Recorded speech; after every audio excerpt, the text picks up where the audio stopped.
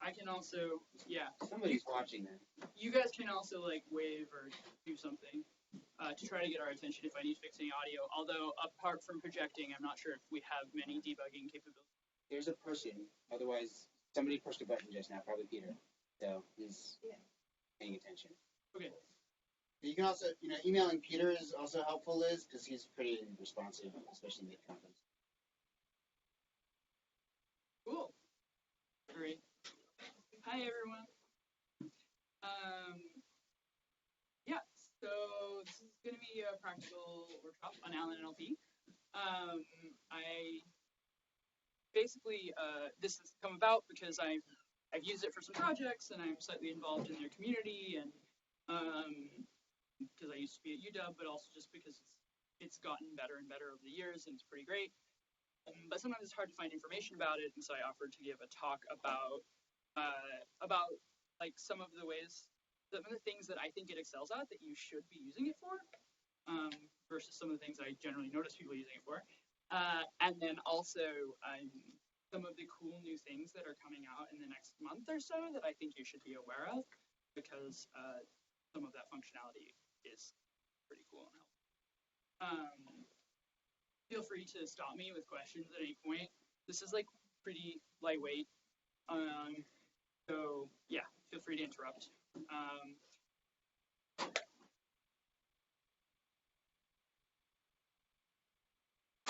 you going to be sharing the slides later? Yes, I will share the slides later because actually, yeah, I think one of the things, I designed the slides a little bit to help you get started if you need to. So for those of you who aren't super familiar with Allennlp, I'll assume that most of you guys kind of know what it is, but it's a research library built on PyTorch. It's got a lot of back-end stuff that's PyTorch and spacey, but you don't really need to know either of them in order to use it. It looks pretty Python-y when you use it. So how many of you have used Allennlp? Just out of curiosity. Okay, that many. Cool, you'll learn a lot then.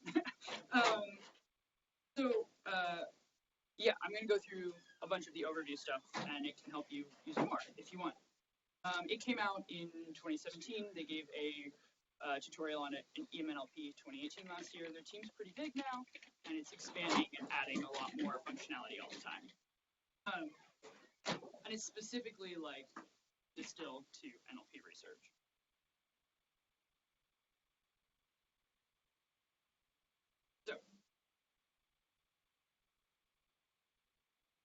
So the roadmap of what I'm going to talk about today is I'm going to talk about important aspects of research work that I think Allennlp address, like things I'm always looking for in my research. I think reasons you should be excited about it, how to get started if you want, a demo of imminently available features, and there's just a page of some important things to help you get started if you need. A disclaimer, I'm not an expert. I didn't write the code, but I am just an enthusiast. But this is intended to be practical, and I've set out, John was asking about the slides, I've set out a bunch of diagrams so you can get spatially oriented to how the system works, and use that as like your little mini roadmap for projects if you want. And even if you don't end up using it, I think some of the ways they think about things are helpful for you as far as thinking about setting up your own projects. Yeah, so it won't be live coding because that's often hard to fit into time, but it will provide you with a roadmap later. So I'm usually familiar with people taking one of these two paths to NLP, which is like, one of them is like, I want this pre-trained model, like CoRAP, SRL. And you like Google around and you find out that they have a state-of-the-art one, and then you like download it and you try to like glom together some code and you smash it into your.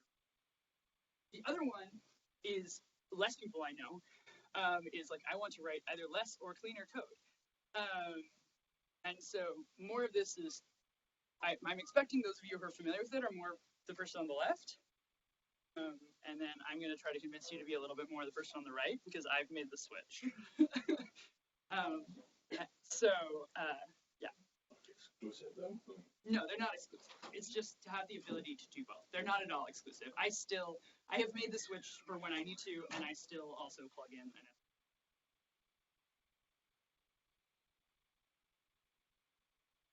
Okay, so important aspects of research work that I think it covers really well.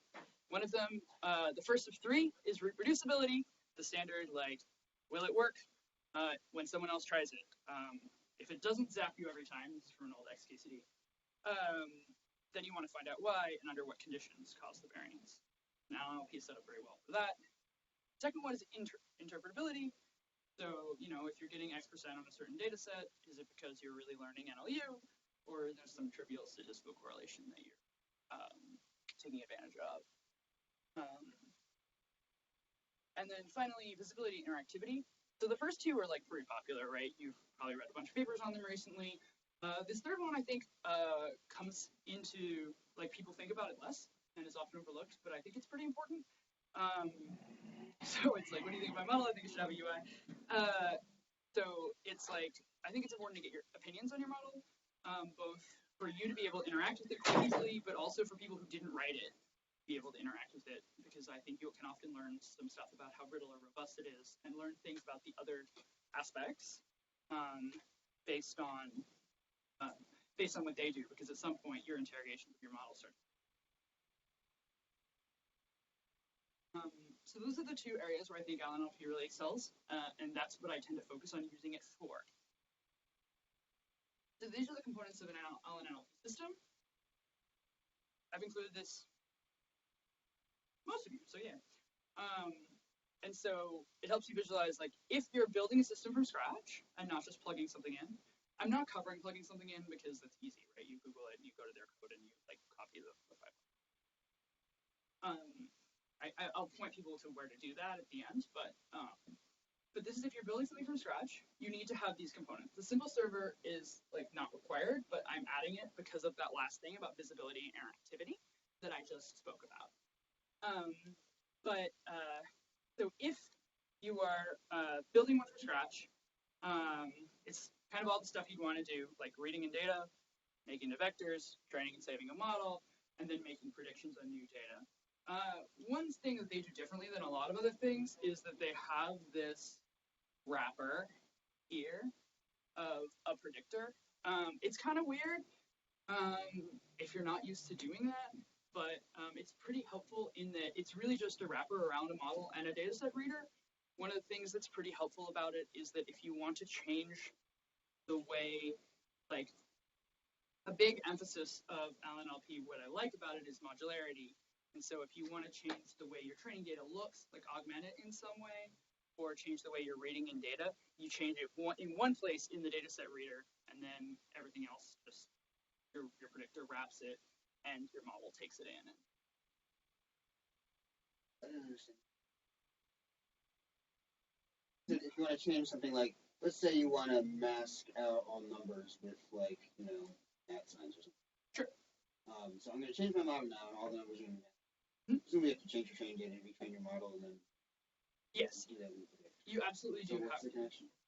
The connection was just that if you haven't written your code in this specific way, you could potentially have, like, if you're doing a supervised scenario, for instance, you could have like labeled data, and then this would deal with unlabeled data, and you might, if you hadn't planned for this in advance, have like a different interactive system.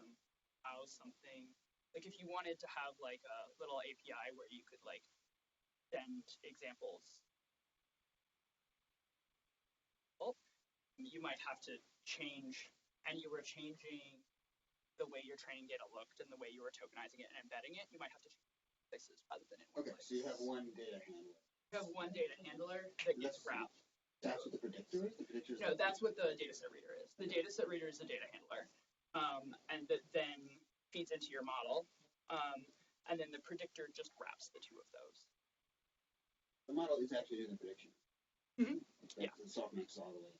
Yeah. Predictor because like I take a data set. Yeah, basically. So is it like in training I have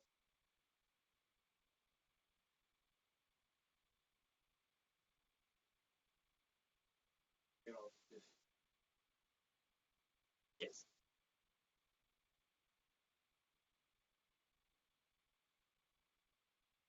So yeah, I'm gonna go, I have this diagram a little bit later on. So this is the helpful visualization of the components. So the dataset reader is your data handler. In the model is where you define your embedder and your encoder and your vocab. Trainer is where you have your optimizer and your batch iterator, predictors a wrapper, and simple server.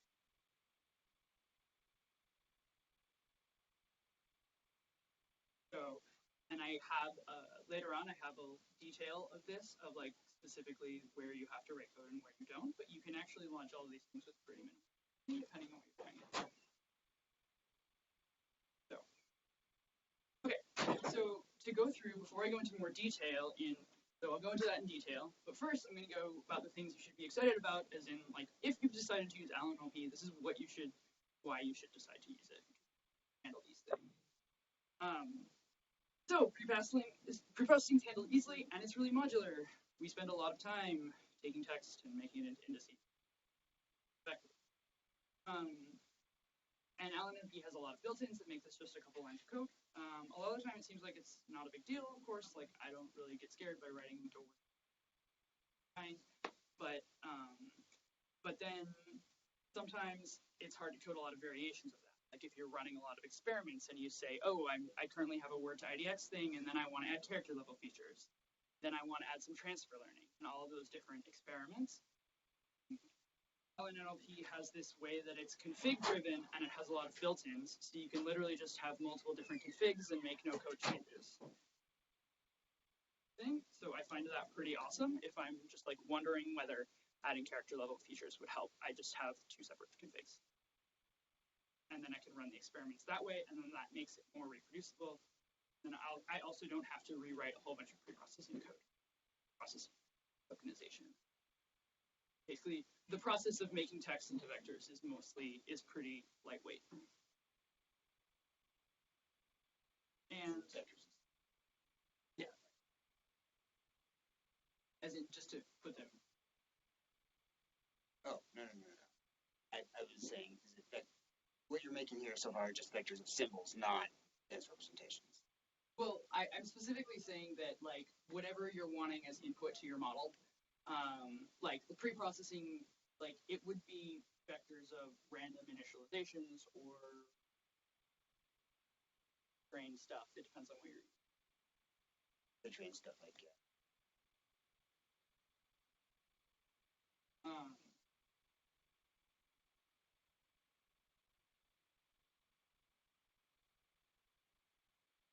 if you wouldn't want add inference time of the pre-trained, the embedding that has now been trained. Yes, but I would not put that in the pre-processing. But anyway, whatever. I mean, yeah, the embedder is part of the model. I'm just saying that this is the process that we have a lot of doing, and they make it pretty modular. And you're right, I guess I overloaded them. But like mostly, you start with text and you don't want text. But yeah, I could break it out into I want it to be something that's like slightly more.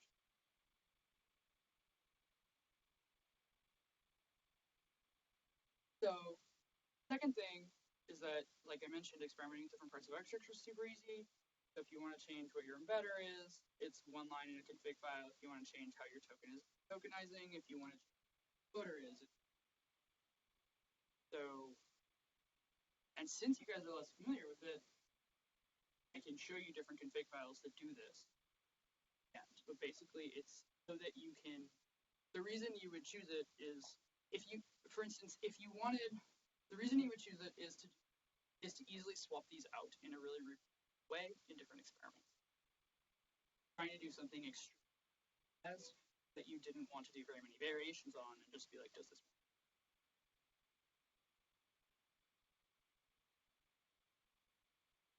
I mean, it would be fine.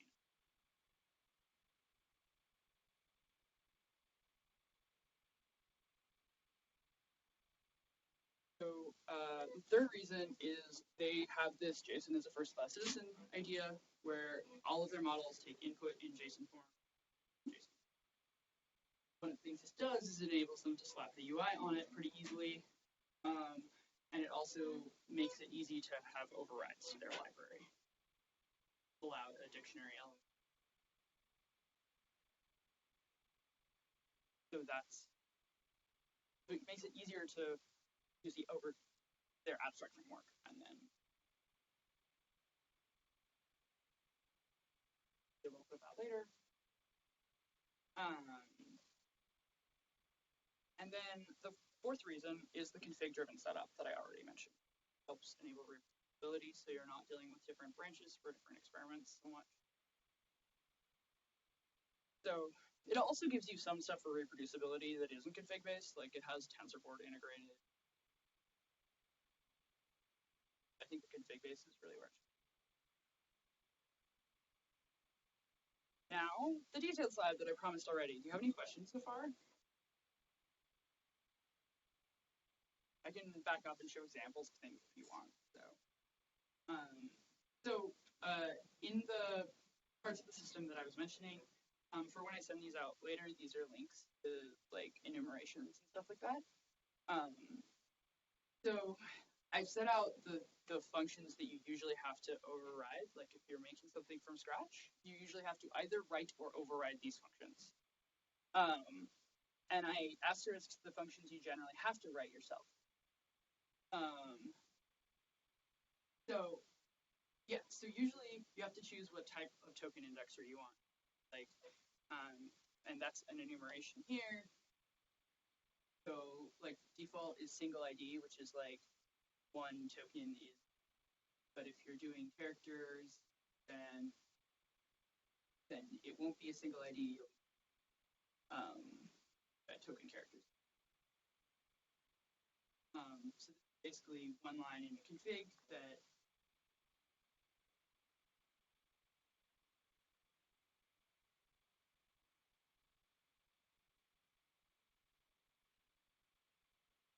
you end up with something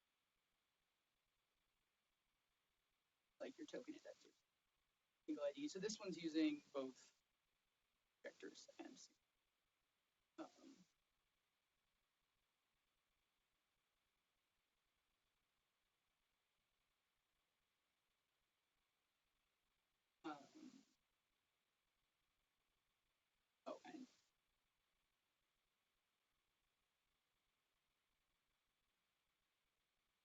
but yeah, that's what I mean by that. And then, so you have to choose a token indexer, write a text instance. So they call examples, a training example, an instance. So you basically have to decide what function you want. This is not implemented at all. Decide like what fields you want a one training instance to have. So does this also kind of conflate the actual tokenizer where you decide what it was?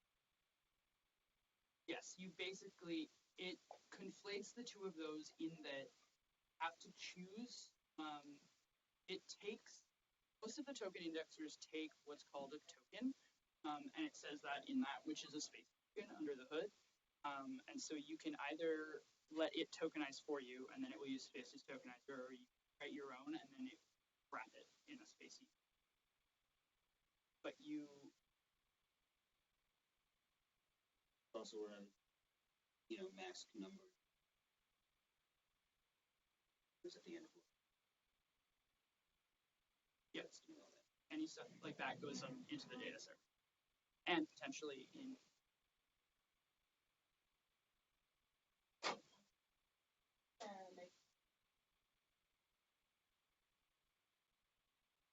Yeah, so pretty much like a text instance, imagine what sorts of fields you want. The reason they haven't implemented it at all is because you have to think about what fields you want. So for instance, if I pull up their example, the one that they'll take you through, if you follow one of their tutorials, it will be like,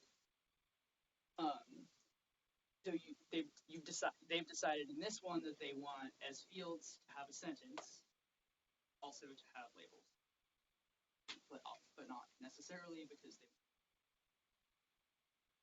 So if you wanted to have two types of features, like you wanted to have, like for instance, in one of my projects, you want text that has an emotion label. That will be part of my instance. I'll embed all of those separately. If I want to embed word and then an emotion label and a SRL label, then I can can have those as separate fields in texting. And then my read will organize it appropriately, vet them all separately.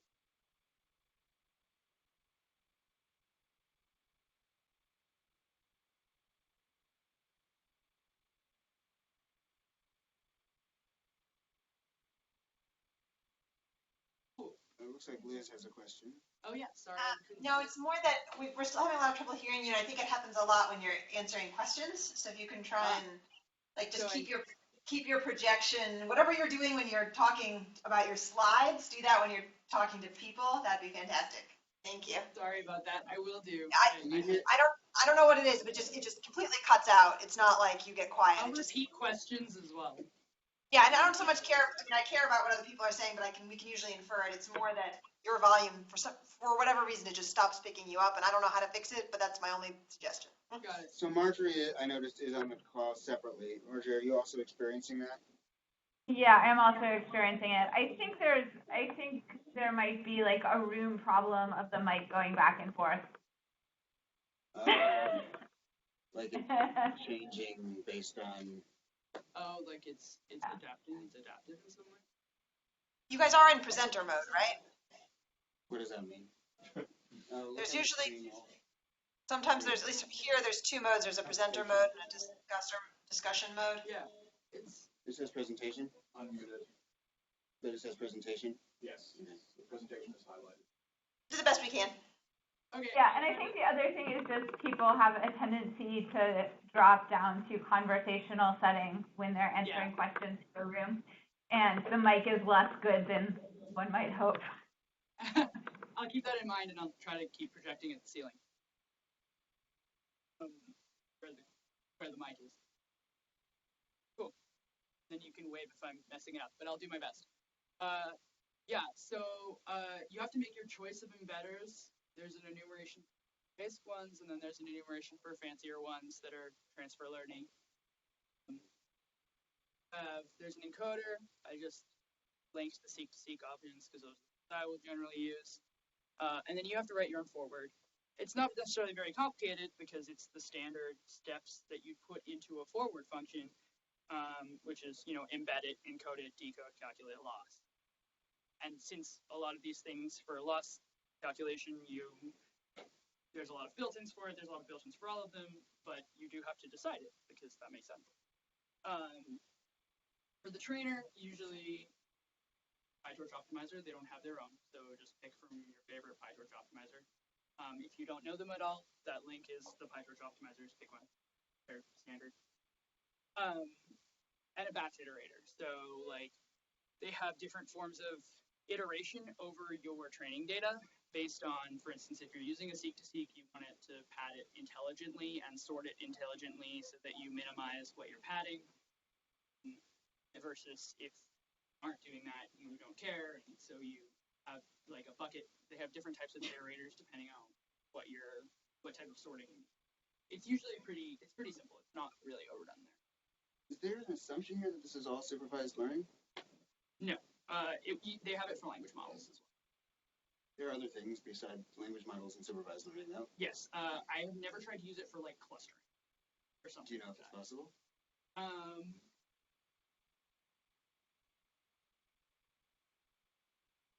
I'd have to think about it and get back. They don't have anything implemented that is. As in, like, they don't have, as far as their pre-trained models that they've made, and they're like pre-made classes. I don't only use their pre-made classes, I overwrite a lot, but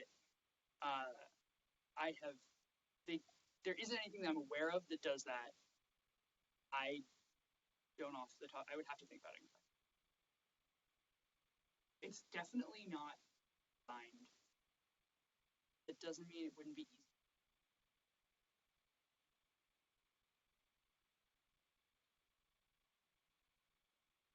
What about semi? Semi-supervised learning would be pretty easy. Yeah, because most of the ways that it will take information in, it's really easy to make things optional. So just make some fields optional and just they aren't be like. The Trifecta. How about reinforcement learning? Reinforcement learning, I also don't do a lot of, but shouldn't be hard. Really? Because that seems like the hardest. It's the most, kind of boutique in a way.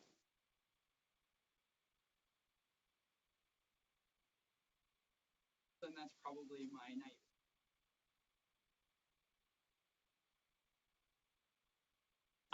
I got quiet again because I haven't ever implemented a reinforcement algorithm personally. I was thinking it probably wouldn't be that hard because like things talk to each other quite easily, and so like I was thinking of like yes, what I was modeling in my head was like more of an adversarial setup. I have no idea.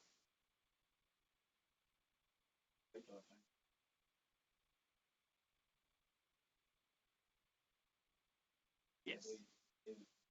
Yes, they play very nicely. In fact, a lot of, under the hood, like I said, it's a lot of Spacey and PyTorch, and they have a lot of their own stuff, but nothing that's theirs is not PyTorch compatible.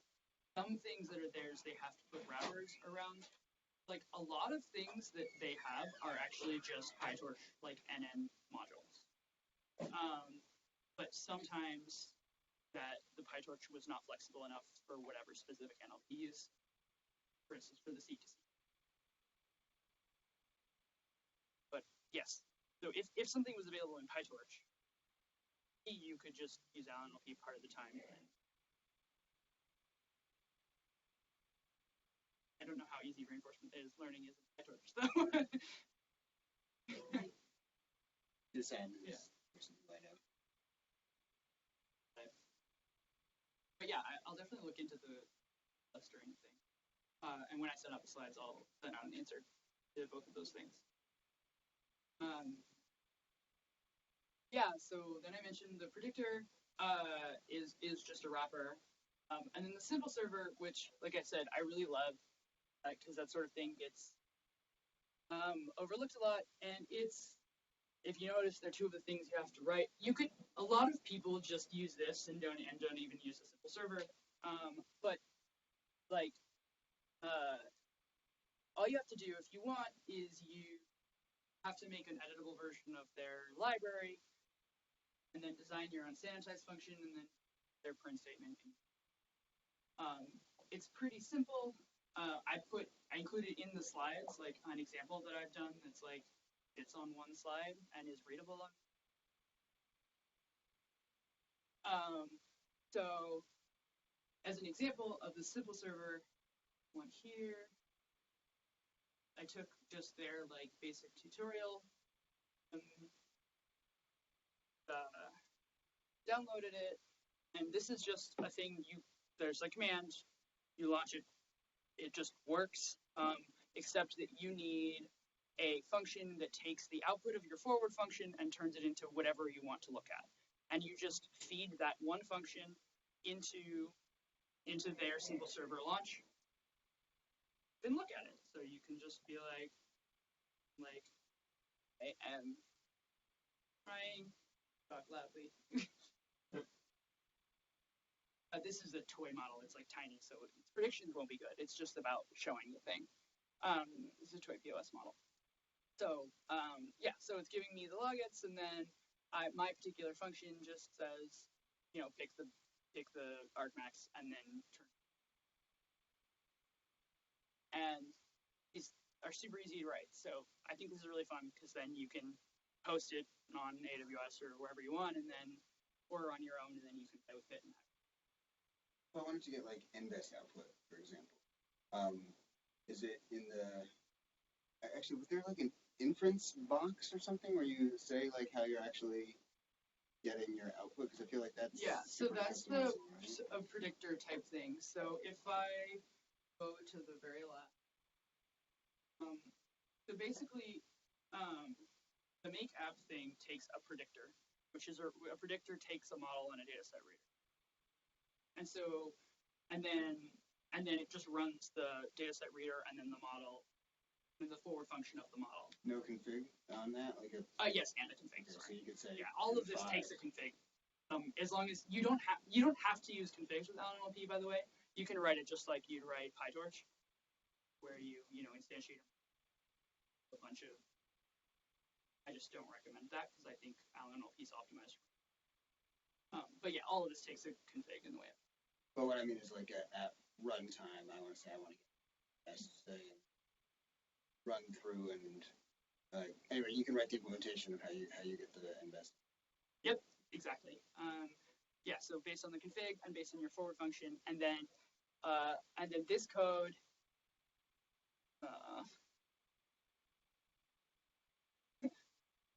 Except that it won't. But anyway, this code that you can't see the last line of, is takes this function that I wrote, which is literally just that function, because I was doing something really simple as an example. So I wrote an output to labels function, and I pass it into their simple server, and then I have exactly. There's nothing else I did other than that to get that demo.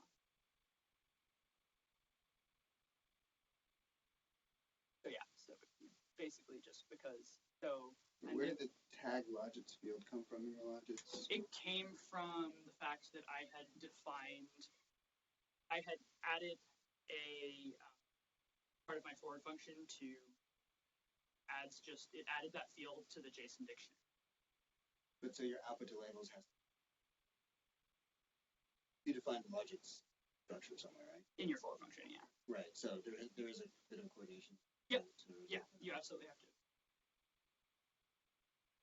Yeah, so based on whatever fields you have, because the predictor will just have output of your forward. So you have to take that output and it has to match up with whatever way you need. The default, like layer that it comes out with will.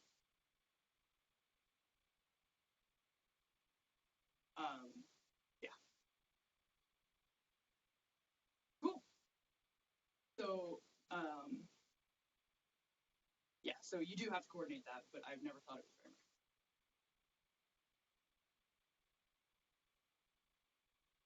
So yeah, so that's the simple server thing that I think is great. As far as things they're going to do with it as well, time later this year, they're going to make the simple server have also a complete server or like a advanced server that includes some of the interpretability visuals that are currently in their UI demo. I don't know if any of you guys have seen their UI demo. I can show you, but I'm going to show you some incoming ones. So you'll have the option later this year of, like right now, I just use a simple server. I think it's great, but you'll have the option later this year of adding like help with gradient hooks and stuff like that. So any more questions on this, or should I move to the next one? Okay, cool. So this is just my little get started thing you can use afterwards. They have a tutorial on GitHub that I recommend. They also have one on their front page, and I don't think it's as good. So I would follow their tutorial on their GitHub. I have done both before. So they have it's an example config. They also have a config wizard, which I think is hard to use, but you are welcome to try if you want. And they now have ways that you can ask them for questions, which are easier. And then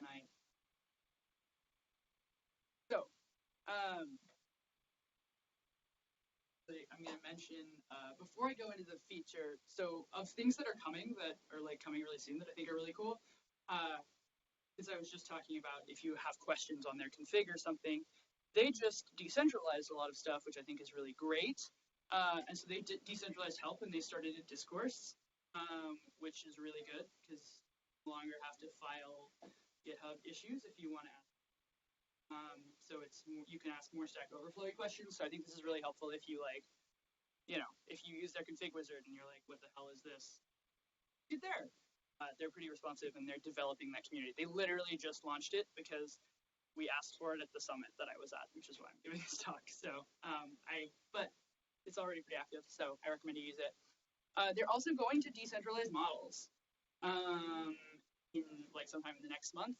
Right now, they have a set of publicly available models that they release, which they have all like trained and verified themselves. But they of course can't like implement every paper that comes out at ACL every year that's now state of the art in something. And sometimes people want to use them and plug them in easily to Allennlp. So they're going to create a second user contributed for these models. This should be coming out pretty soon, which will enable you to them, but without Allennlp guarantees and, you know, without Allennlp as a library requiring all the dependencies. So that should be pretty cool. You can contribute them yourself if you want, because it's open source. But regardless, that should be good. But yeah, the Discord should be really helpful. So features demo. So the visualizations, the normal demo page that exists now, just since more of you are less familiar with it, it's a fancy version of a simple server. You know, you can like, so you know, you can do an example and then get a result of some kind, and it just like is that. They have moved. They haven't finished doing this, but they used to have a separate models page on their homepage, which didn't always sync up with this page, and I bitched at them about it.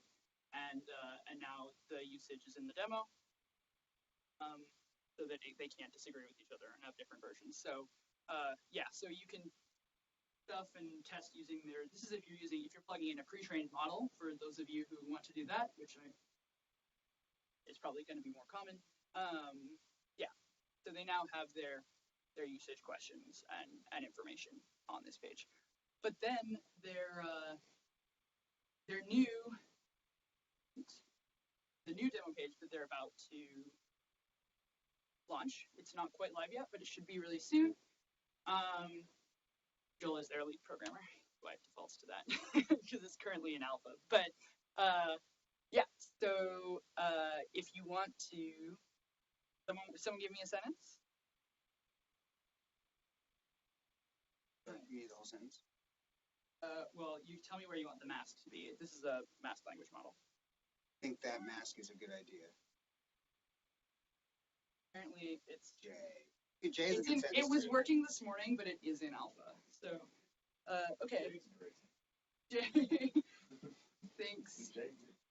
Did you really? You have to start a sentence with the letter J. It's because this isn't. They're letting me use this for this, so I can show it to you guys. Okay, cool. But like not because it's live. So they. J. That mask is.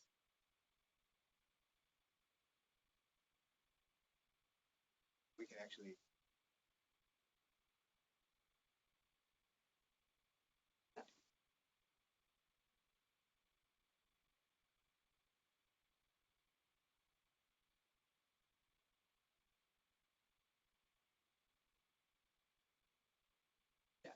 Mildly boring. Yeah. I tried to get it to do more instant thing with it before this. So they have 3 different types of gradient visualizations, and the papers between the differences between them are linked here. I actually have not read all 3 of them, so I can't tell you yet all the differences between them. But it's pretty cool. They put gradient hooks in, and then you have visualized the upwards. In their current demo, they have some attention map visualizations, but this is more the attention is not explanation type. There's people don't know, you know. So they currently have attention visualizations implemented in various models. You can check the different types of gradient masking and whether your model is doing something for the reason you think it is. So these are just exactly all 3 different kinds, and you can even look at the differences between the different gradient visualizations. Kind of interesting. Sometimes they don't really match up very well at all. the 3 different systems. They also have hot flip attacks, which is fun. Again, the papers are linked, so where you can iteratively flip words with the highest gradient until your prediction will change. In a language model, that means, yeah, I think it works a little bit.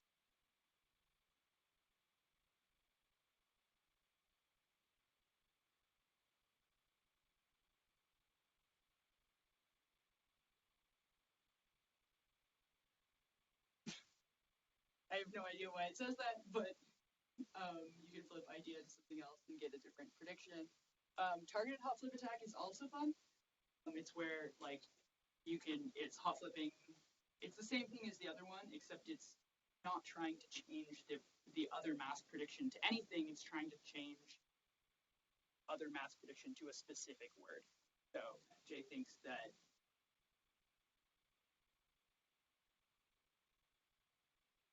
if you use a weird word, it will.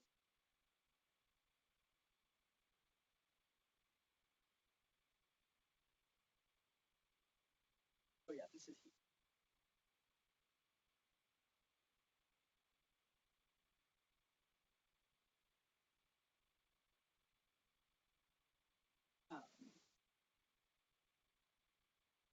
So it actually had to change quite a lot to get a sheet there.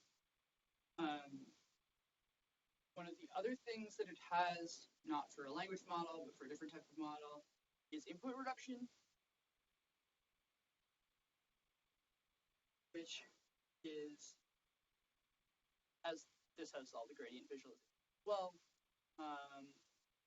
thinks it's positive, which is actually wrong for this example. It thinks it's positive, by the way, because of Tony Hawk being in it. But Tony Hawk style, right? Can't discuss back that really we've been here, done that. It's a relatively subtle example, but yeah, it clearly, according to the gradients, they all focus on Tony Hawk style. But then if you want input reduction, remove as many words as possible without changing its prediction.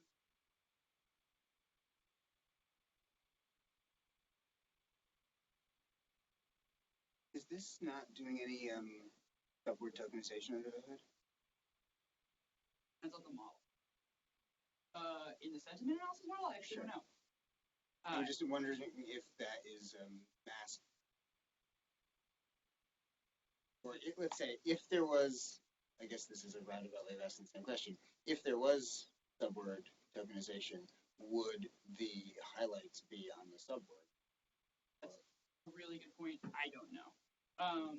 What happens if you replace a But it seems like the answer is no, because the masked language modeling is BERT and the highlights were not on the subword.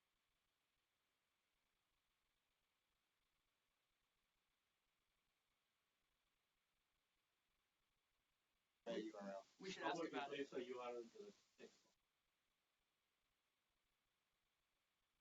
Yeah, sure. What type of, do you want any URL? Just use that URL. Allennlp-demo.bias.apps. Yeah, that.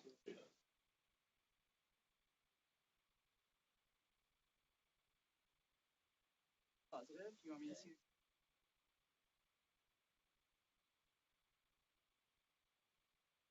Oh, it's because it's it seems like it hasn't word piece token. Well, this sentiment analysis, I don't know whether they're model. I could try it for the mass language modeling.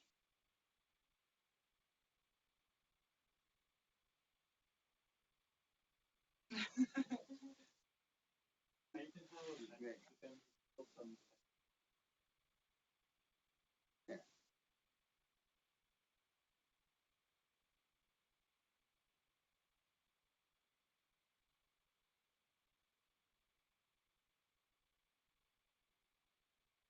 So this has word piece tokenized it. Oh yeah, so probably with the other one, it's just so many vocabulary words because it's such a large model. Well, that doesn't mean that it wouldn't be word piece token. Yeah. Well, but it means that a lot of very common words it doesn't break into pieces. For BERT's word piece token. Try like rutabaga defenestration. Not in this. Oh, okay. Well, but I don't know if that one's using. We don't know. That's the whole point. So I think these wouldn't be whole pieces. For people who do not have as large vocabulary as John, that's throwing a turnip out a window.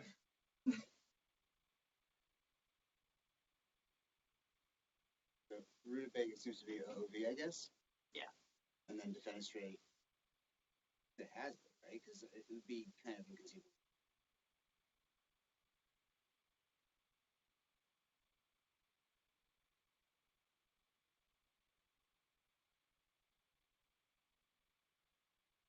And actually, there wouldn't be OV.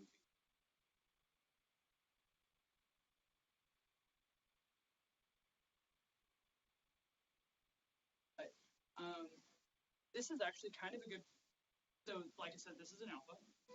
They're pretty community focused and they're really good at taking feedback. Like I said, they have a discourse now because I gave them feedback. They needed one. If you're like, hey, we need this information to be like, we need it to be more clear what type of tokenization, like some sort of pre-trained model is using. They always do link to the papers, but like if it's unclear for some reason, either putting an issue or asking on discourse, they're pretty good about changing that. So I would definitely encourage that. Yeah. So this is their new, and if you like these and you want them to be integrated, it will be, and then I will also bring that back to feedback. So if you guys let me know or let them know, either one, whichever's less scary. Yeah, we were talking about piloting some ways of getting a couple of these things like input reduction into the symbol. Quite fun.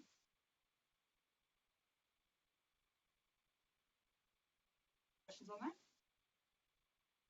Cool. Yeah. So I talked about the decentralization that are going to come, and these are just the important links that I have at the end. Oh yeah, also this is my last full day physically at ISI. I think my email will still be active, but my University of Edinburgh email is there for in case it isn't. And yeah,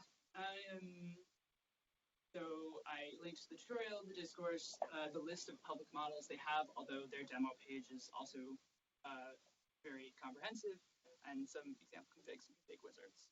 And I'll send these out afterwards so that if you want to like use my detailed configuration with all the functions you have to write and stuff like that, then you can use it. And I'm also happy to just answer any questions.